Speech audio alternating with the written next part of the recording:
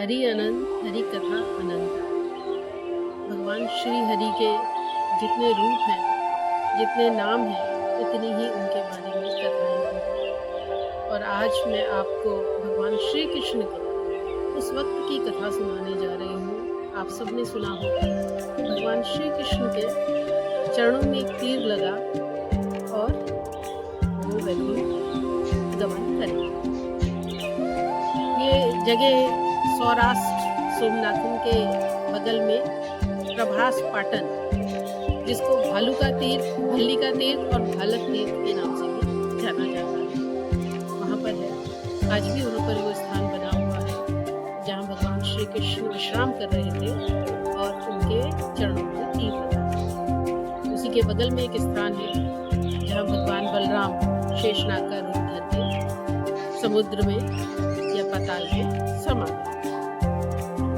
ईश्वर के पास मैं भी उन स्थानों में गई और मैंने उन स्थानों के दर्शन किए।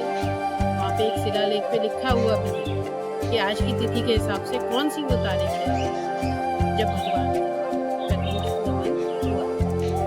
तो जब भगवान को ये पता लग गया कि हमारी जो द्वारिका नगरी है डूबने वाली है, यदुवंशियों का विनाश सुनिश्चित है, तो उन्होंने अपने जो सारथी थे बाहु, उनके माध्यम से अर्जुन को खबर भिजवाई, उनको संदेश करा कि आप रानियों की और राजपुर की जो स्त्रियां हैं उनके बचाव के लिए कुछ करें, क्योंकि उस समय में जो द्वारिका है वो डूब जाएगी और यदुवंशी खत्म हो जाएगा। वो अपना अंतिम क्षण अपने भाई बलराम के साथ, या यूँ कहो शेषनाग में उनके साथ बिताना चाहते थे और वन में चले गए, जिसको आज के ज़माने में भालका तीर्थ कहते हैं। वहाँ जाके दोनों भाई बैठ गए चुपचाप।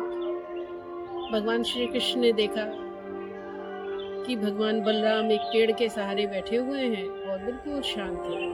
तो उनको समझ में नहीं आया कि शांत हैं कि समाधि में हैं या प्राणों ने शरीर को छोड़ दिया है। पर उन्होंने देखा कि एक बड़ा सा सर्प उनके सर के पीछे से निकलकर समुद्र में समा गया।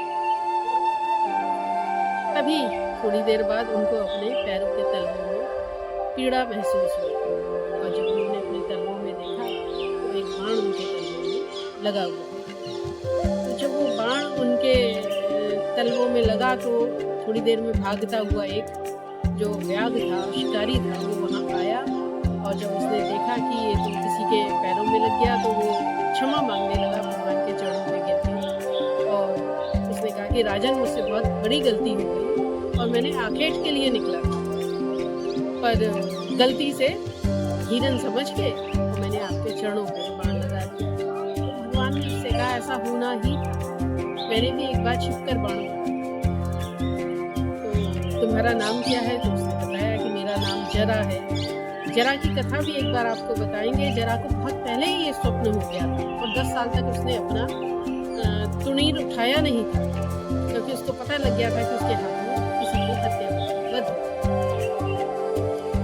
पर परिस्थितिवश उसको अपनी जिस परिवार में पैदा था दोबारा आखेट के लिए उठाना पड़ा और दोबारा जब उठाया तो भगवान श्री कृष्ण के पैरों में तीर लग गया।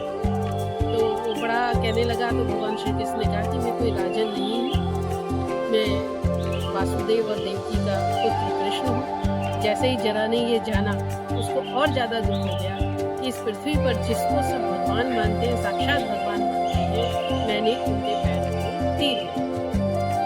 उसने भगवान श्री कृष्ण ने कहा कि अब तो मुझे बहुत पाप लग गया प्रभु और गलती में ये हुआ, मैं ऐसा चाहता नहीं था। और आप तो इतने तीर झेल चुके हो और इतनी आपको चोटें लगी हैं, महाभारत के युद्ध में लगी हैं, सब जगह लगी हैं, पर आपके घाव तो तुरंत भर जाते हैं। तो इस घाव को भी आप तुरंत भर दीजिए और ठीक हो जाए, जिससे मेरे सर पर ये पाप ना आए। भगवान श्री कृष्ण ने उसे कहा कि जरा ऐसा होना ही था, ये लिखा हुआ था। एक बार जब मैं द्वारिका में था तो ऋषि दुर्वासा वहाँ आए और वो द्वारिका के हर घर में रहने के लिए जगह मांग रहे थे, पर उनके क्रोधी स्वभाव के कारण किसी ने भी उन्हें जगह नहीं दी। तो वो जब मुझे ये बात पता चली तो मैंने उन्हें राजमहल में ले आया। राजमहल में मैंने उनके रहने की और खाने पीने की व्यवस्था करी पर दुर्वासा बहुत क्रोधी स्वभाव के थे और उनका कोई समय निश्चित नहीं था। अगर वो खाना खाते तो कभी-कभी 10-10 लोगों का खाना खा जाते। कभी सोते तो कई दिन सोए रहते और कभी उठते तो थोड़ी देर में उठ जाते थे। एक बार तो उन्होंने उठ के जो शैया पे लेटे हुए थे, तो उसको आग लगा दी। जिस वक़्त वो जो माँगते थे, उस वक़्त उनको वो देना होता था। तो हम लोग उनके शयन की और भोजन की हर वक़्त तैयारी करते थे कि जिस भी वक़्त वो भोजन माँगे या जिस भी वक़्त वो शयन करें,